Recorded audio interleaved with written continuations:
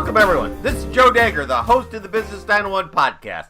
With me today is Gojko Adzic. And I tried that. I'm not sure if I'm right. We'll get it straightened out. Close enough. Thank you. Okay, he is a strategic software delivery consultant who works with ambitious teams to improve the quality of their software products and processes. He specializes in Agile and lean quality improvement, in particular Agile testing, specification by example, and behavior-driven development.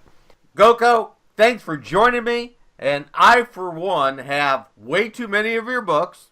I don't know that you know this because I'm sure you publish directed towards the Agile community, towards the software people. But I'm far from that. You know, I may market and do things for software people, okay, but I've gotten a lot out of your books from a marketing side, understanding users, using the impact mapping because it's a nice, simple explanation for people of how they need to make an impact with their marketing and some of the things they need to look at. The user stories helped me gave me a nice template to use a few places. And the test, I'm big on, evaluation, monitoring, and so forth and everything. So some of the testing was even that. So did you ever intend it to be used outside of the software community? No, but I'm glad that people are using it outside. That's the best confirmation that the content is actually easy to consume.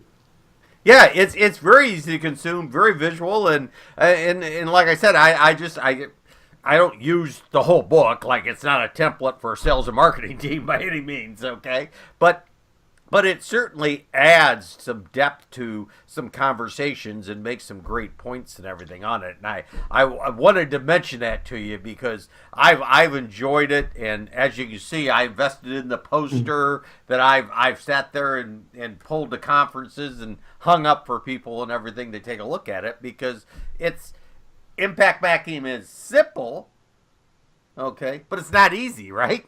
Yeah. So impact mapping came out of a bunch of non-software techniques. Impact mapping is a conversation technique, and essentially there's no particular thing that's limiting it to software, as you found out. One of the things that impact mapping is based on is this Gibb, Weisbord, Drexler visualization process that existed in the 60s, how organizations figured out what they actually want to achieve and how to visualize that. And I brought in some ideas from Brinkerhoff's book on managing human resources. These are all really good conversation starters, and I use it for software because I build software. There's no particular limiting factor there. There's a guy called Ahmed Fahmy who used impact mapping with a organization in Egypt a few years ago to help them figure out how to manage 7,000 orphanages or something like that.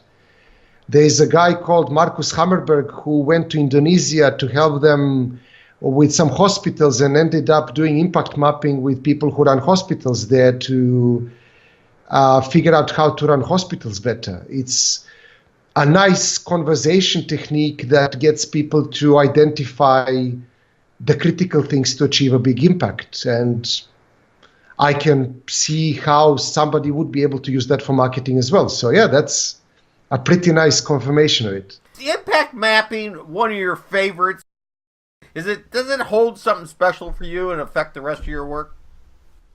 Well, I use it every day, or kind of not every day, but I use it almost every week when we plan how we're going to do stuff on MindMup. I use it very often with clients, and I occasionally get my children to go through the same thinking process when they're stuck. So it's just a very, very good conversation technique. It's visual. I love visual conversation techniques. And I guess that's... You enjoyed the conversation very much, but we got to end it somewhere, okay? And I think that this is a good place. What's the best way for someone to get a hold of you and to stay up to speed with what you're talking about? I speak at lots of conferences, so find me at a conference. My website is gojko.net. It's Gojko with a J. Probably the best place to keep up to date. You're on Twitter and on LinkedIn. Yeah, I'm on Twitter, I'm on LinkedIn. All the links are on the website. It's very difficult to pronounce a Twitter link, especially for kind of a Slavic name, and get people to actually understand it. But if you have a website for the podcast, I'm sure you can include that. I'll include the link in there, and I definitely want to thank you for all your time and the knowledge that you've shared. I had a great time. It was a pleasure. This podcast will be available on the Business 901 iTunes Store and the Business 901 blog site. So I want to thank everyone for listening. Thanks.